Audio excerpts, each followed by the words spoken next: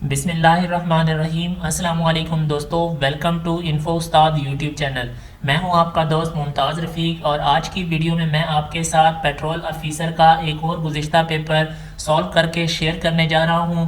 दोस्तों आज की वीडियो पार्ट 1 है और आज की वीडियो में हम इस पेपर के मैथ के पोर्शन को सॉल्व करेंगे।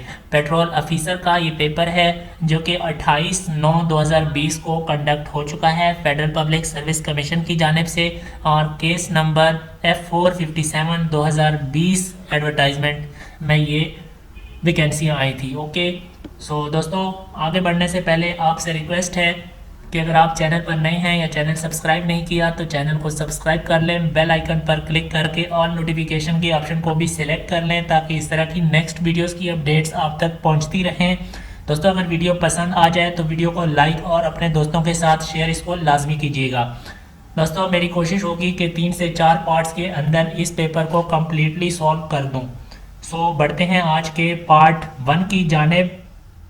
दोस्तों पेपर में ये पार्ट 2 था, जनरल इंटेलिजेंस का सेक्शन था और ये मैथ का पोर्शन है, जबकि मैंने इस वीडियो चूँकि पहली वीडियो है इस पेपर की सो मैंने पार्ट 1 इसको दिया है। Question number 21, in a number system with base 2 number of digits used are. दोस्तों नंबर सिस्टम जिसमें बेस 2 होती है उसको बाइनरी नंबर सिस्टम कहा जाता है और बाइनरी नंबर सिस्टम में 2 डिजिट्स होते हैं, ठीक है, 2 डिजिट्स 0 और 1 मिलाकर बाइनरी नंबर सिस्टम बनाते हैं। क्वेश्चन नंबर 2 या 22, in a number system with base 8 number of digits used are. दोस्तों 8 बेस जिसकी 8 होती है नंबर सिस्टम की उसको ऑक्टल नंबर सिस्टम कहा जाता है और उसमें 8 नंबर ऑफ डिजिट्स यूज होते हैं 0 से लेकर 7 तक। ठीक हो गया, तो ये 8 नंबर्स मिला के ऑक्टल नंबर सिस्टम बनाते हैं। Question number 23, in a number system with base 10 a number of digits used are. दोस्तों 10 बेस जिन नंबर सिस्टम में होती है उसको डेसिमल नंबर सिस्टम कहते हैं और इसमें टोटल डिजिट 10 होते हैं। ऑप्शन ए इसका करेक्ट आंसर है 10 और इसमें 0 से लेकर 9 तक डिजिट्स होते हैं, 0 से लेकर 9 तक डिजिट्स डेसिमल नंबर सिस्टम बनाते हैं जो कि जनरली हम यूजुअली यूज़ करते हैं अपनी डेली रूटीन में। Question number 24, the number of subsets of the set 0 and 1 is।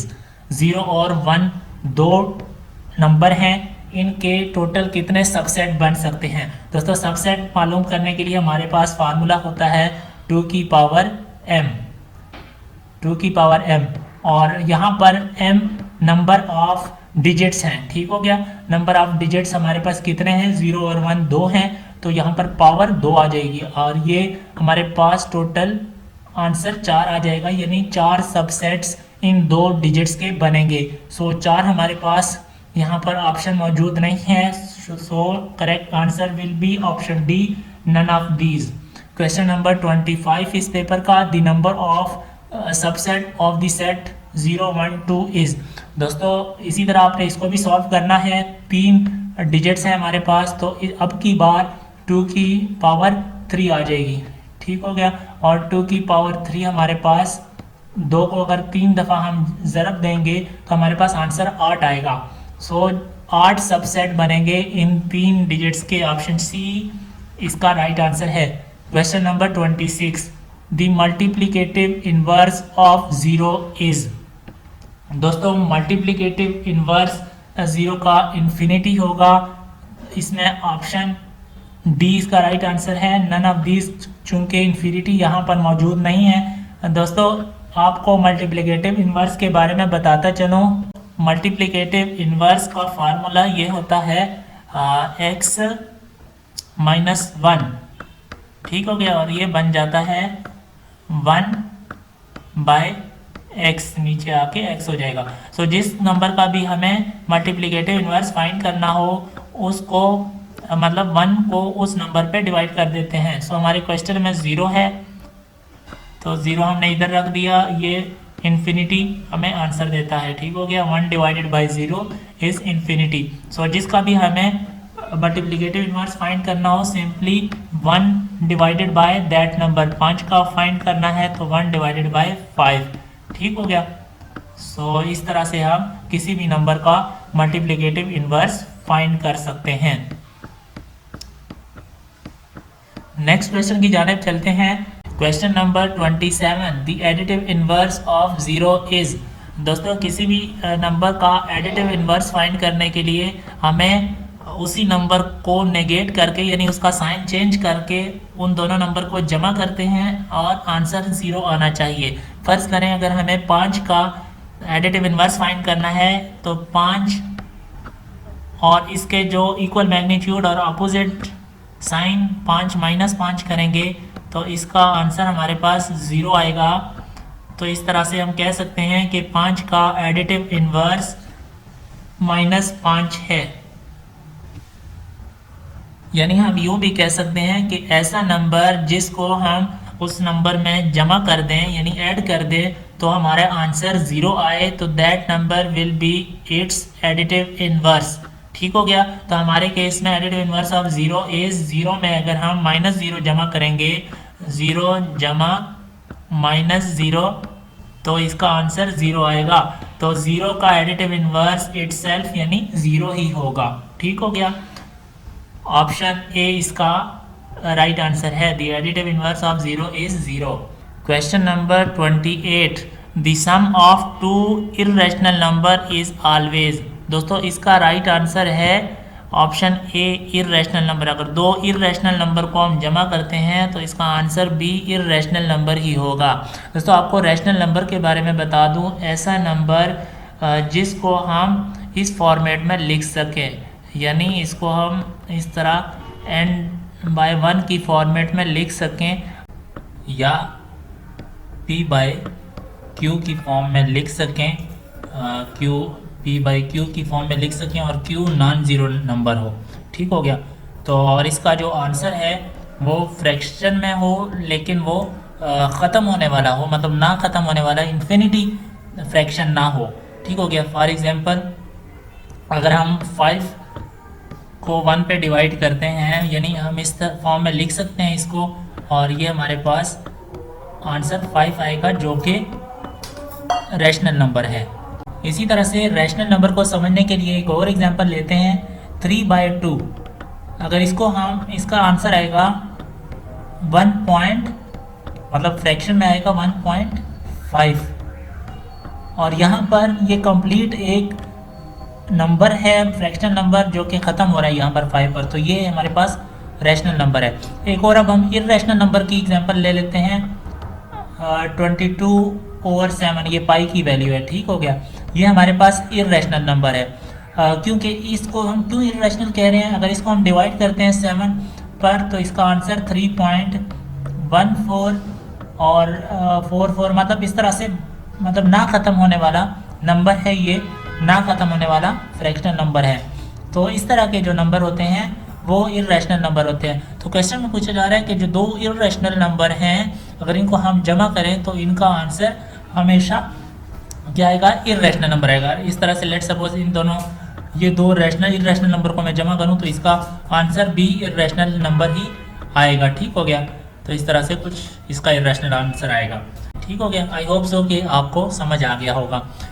Okay, next question की जाने बढ़ते हैं। if 3x plus 3y is equal to 7 and 8x minus plus 7y is equal to 12, what is the average of x and y? दोस्तों x और y की average हमने find करनी है। एवरेज फाइंड करने के लिए हमें सबसे पहले यहाँ से x और y की वैल्यू निकालनी होगी। ठीक हो गया। उसके बाद हम एवरेज का फार्मूला अप्लाई करेंगे और देन हमें आंसर मिल जाएगा। सो सॉल्व करते हैं इसको। यहाँ पर मैं पहली इक्वेशन उठाता हूँ 3x plus 3y is equal to 7। 3x plus 3y is equal to 7। दोस्तों इसको मैं 7 से मल्टीप्लाई करता हूँ इसको। ठीक हो गया। पूरी इक्वेशन को 7 से मल्टीप्लाई करता हूँ, ये क्या आ जाएगा 7 3 21 x plus 21 y is equal to 7 7 49। अब दोस्तों ये जो सेकंड इक्वेशन है 8x plus 7y is equal to 12, इसको मैं 3 से मल्टीप्लाई कर देता हूँ ताकि हमारी इक्वेशन बैलेंस हो जाए, तो हमें सॉल्व करने में आसानी रहेगी। 8 दिया 24x प्लस यहाँ पर 21y आ जाएगा और इक्वल है 12 दिया 36।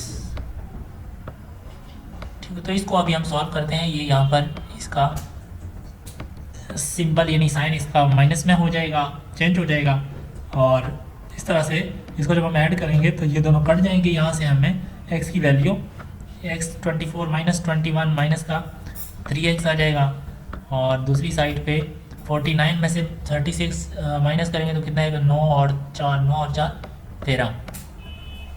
ठीक हो गया, और ठीक हो गया। अब यहाँ से हम x की वैल्यू फाइंड आउट कर सकते हैं।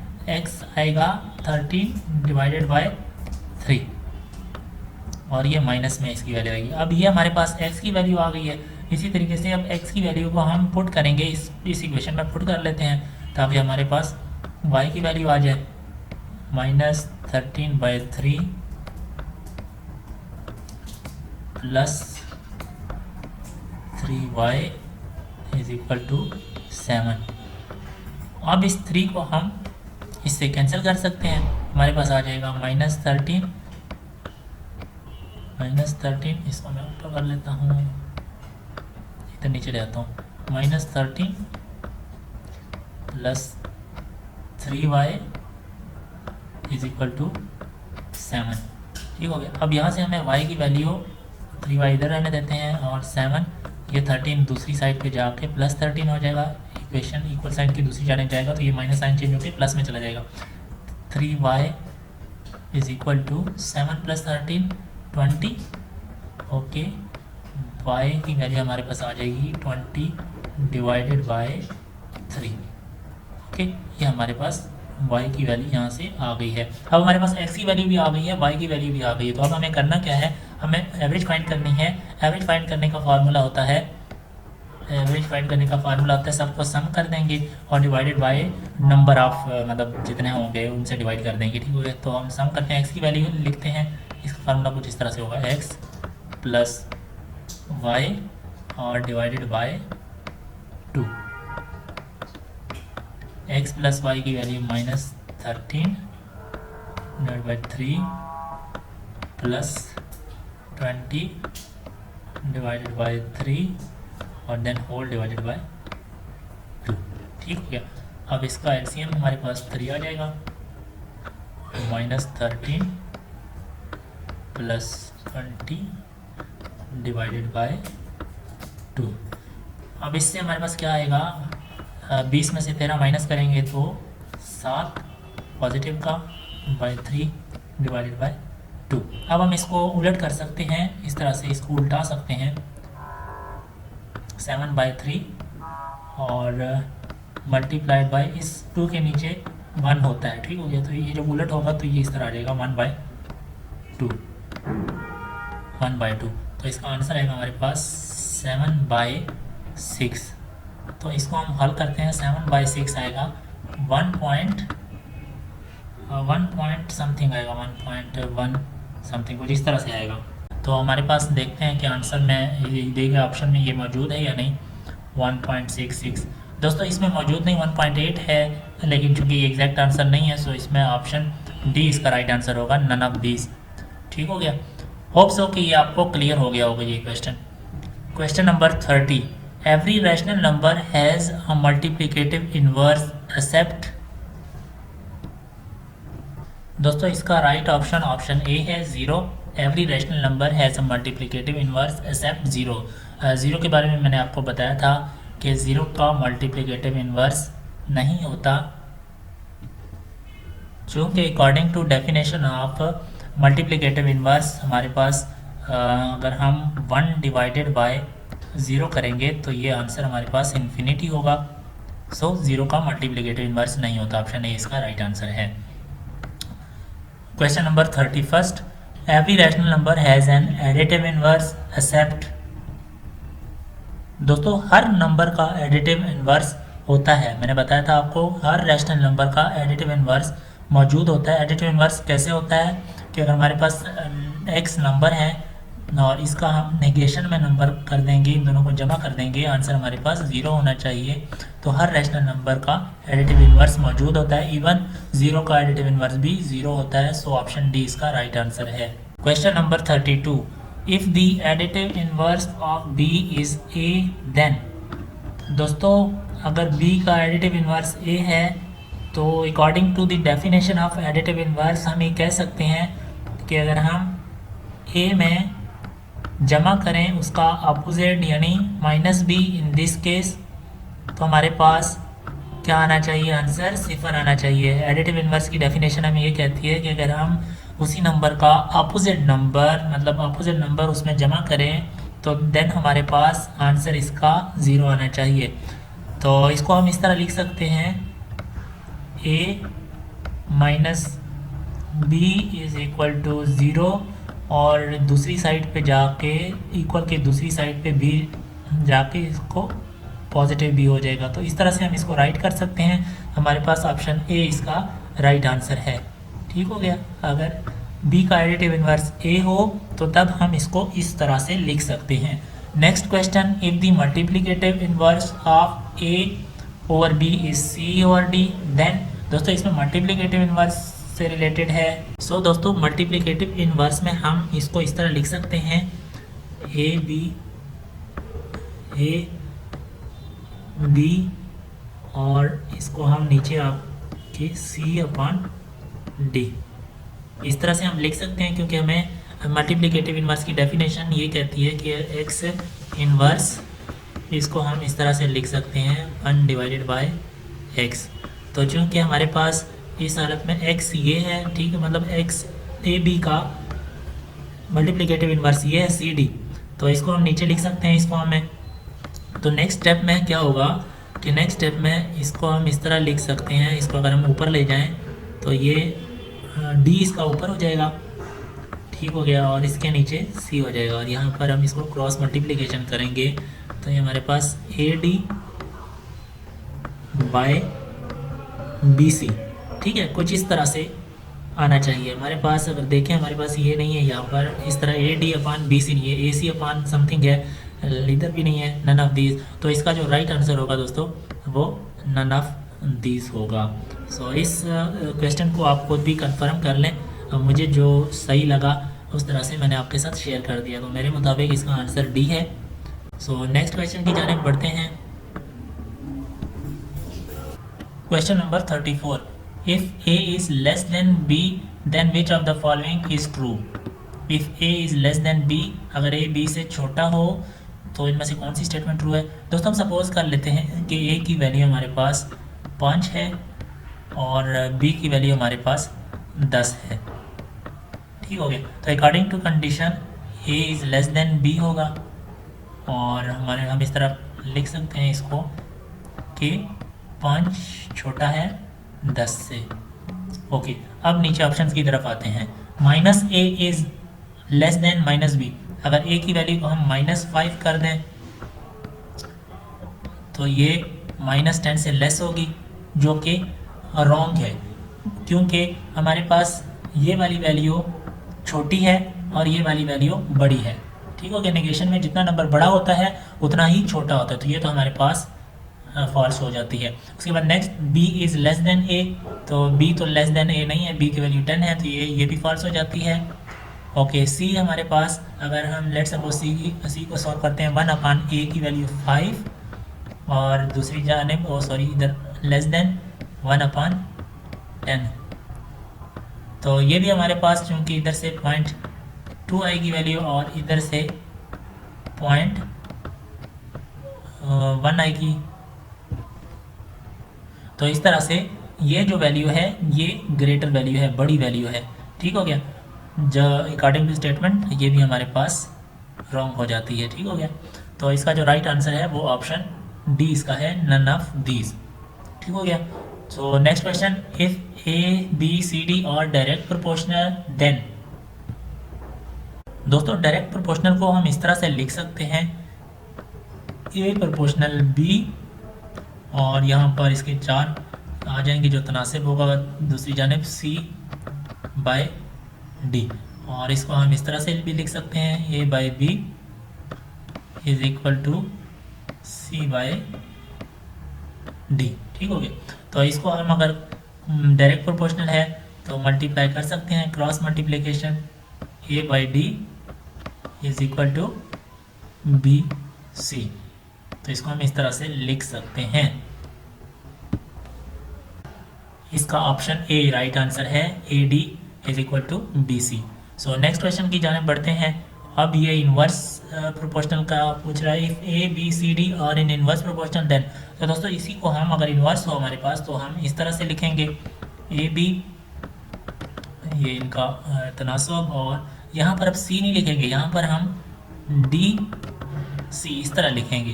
तो inverse according to inverse proportional ये कुछ इस तरह से बनेगी, A B is equal to D C. ठीक हो गया।